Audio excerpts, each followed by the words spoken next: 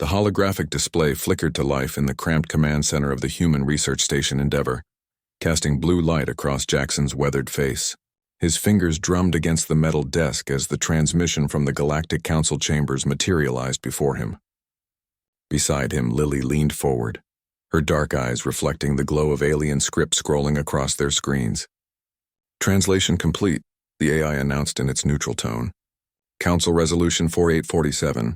Complete embargo and technological quarantine of Sol system, effective immediately. Jackson's jaw tightened. 3 years they had waited for this moment. 3 years since humanity had first made contact with the Galactic Council and requested membership. 3 years of diplomatic overtures, cultural exchanges, and careful negotiations. And this was their answer. Unanimous vote, Lily whispered, scanning the data stream. Every single species voted against us. The Zephyrians, the Kulathi Empire, the Synthetic Collective, all of them. The reasoning was laid out in clinical detail. Humans were too aggressive, too unpredictable. Their rapid technological advancement was deemed threatening. Their expansion rate across their home system was concerningly swift. The Council had decided that humanity represented a potential galactic threat that must be contained. "They're cutting us off completely," Jackson said, his voice hollow. "No trade, no technology transfers, no communication. They want to keep us locked in our own solar system until we, what? Evolve into something they find more palatable?" Lily stood and began pacing the small chamber, her research uniform rustling softly. "They don't understand us at all. They see our ambition and think it's conquest. They see our adaptability and call it chaos." She paused, turning to face Jackson. "But maybe that's exactly what we need them to underestimate." Jackson raised an eyebrow. "What are you thinking?" "I'm thinking about the Prometheus project." The words hung in the air between them like a challenge. Project Prometheus had been humanity's most classified research initiative. A desperate gambit conceived in the early days after first contact, when it became clear that humanity was technologically centuries behind the galactic community. While diplomats had negotiated for peaceful integration, scientists like Lily had worked on something else entirely. "The Council thinks they know what humans are capable of," she continued, her voice gaining strength. "They've studied our history, our wars, our technology, but they've only seen what we were willing to show them." Jackson leaned back in his chair, a slow smile spreading across his face. "You've had a breakthrough." "3 of them, actually." Lily activated her personal workstation and new displays materialized around them. First breakthrough: quantum entanglement communication arrays that don't rely on galactic infrastructure. We can coordinate across any distance instantly. The implications hit Jackson immediately. While the Council's member species relied on their ancient relay network for faster-than-light communication, humanity could now operate independently. Second breakthrough, Lily continued, her excitement building. Adaptive nanotechnology that can reverse engineer any technology it encounters. We don't need their trade agreements, we just need samples. Jackson whistled low. And the third? Lily's smile turned predatory. Dimensional phase technology. We can slip between layers of space-time itself. To the Council's sensors, ships using this tech would appear to simply vanish. The pieces clicked together in Jackson's mind. They want to quarantine us? Fine. Let them try to quarantine ghosts. Over the following months, the Galactic Council congratulated itself on successfully containing the human threat. Their monitoring stations detected no attempts by human vessels to breach the Sol system perimeter. Trade continued uninterrupted along established routes. The aggressive upstart species had apparently accepted its fate. They failed to notice the Kulathi merchant vessels that began experiencing mysterious technical failures. Their cargo holds occasionally found empty upon arrival at destinations.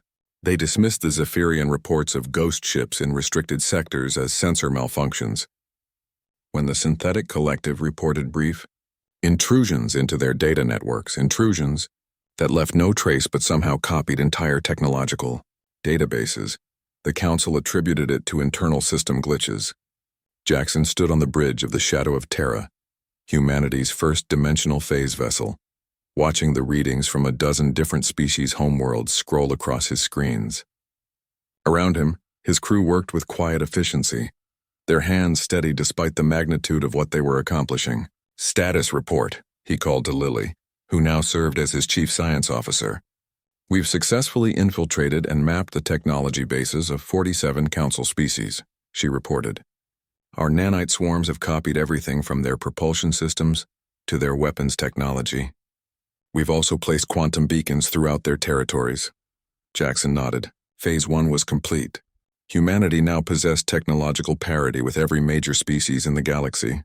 Knowledge acquired through stealth rather than cooperation. The Council had wanted to keep humanity primitive and contained. Instead, they had forced humanity to become something far more dangerous, invisible and self-sufficient. Initiate Phase 2, Jackson ordered. Across the galaxy, the Council species began to experience what their historians would later call the Silent Revolution. Critical infrastructure developed inexplicable faults. Military vessels found their weapons systems mysteriously offline during routine patrols. Planetary defense networks crashed without explanation, only to restart hours later with no apparent damage. None of it appeared hostile. No lives were lost, no colonies destroyed. It was simply a demonstration. The Galactic Council convened an emergency session, their representatives gathering in the great crystalline chamber that had served as the center of galactic governance for millennia. Fear rippled through the assembly as reports poured in from across their territories. It was then that the massive view screen at the center of the chamber activated without authorization, displaying the image of a human male with weathered features and steady eyes. "Greetings, Galactic Council," Jackson said, his voice carrying clearly through the chamber. "I am Fleet Admiral Jackson of the Human Stellar Federation. I believe we need to have a conversation." The Zephyrian representative, his crystalline form literally trembling with rage, rose from his position. "Impossible. You are quarantined. Our monitoring stations show no human activity beyond your system." Jackson's smile was patient, almost pitying. "Your monitoring stations show exactly what we wanted them to show. You see, when you voted to isolate humanity, you made a critical error. You assumed that because we were newer to the galactic stage, we would remain inferior. You forgot that humans excel at adaptation." The truth dawned on them slowly. The humans hadn't been contained, they had been preparing. Every quarantine measure had become an opportunity to develop independent capabilities. Every restriction had pushed them to create solutions the Council had never imagined. "The vote to quarantine Earth was indeed your final mistake," Jackson continued. "Not because we seek conquest, but because you taught us that the galaxy fears what it doesn't understand. We understand that now. The question is, are you ready to understand us?" The chamber fell silent as the weight of the situation settled upon them. Humanity had achieved in months what the Council assumed would take centuries. They had become a galactic power not through permission, but through pure human ingenuity and determination. "We'll be in touch," Jackson said, and the transmission ended.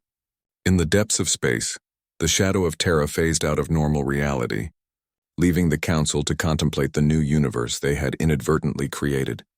One where humanity would no longer ask for permission to reach for the stars.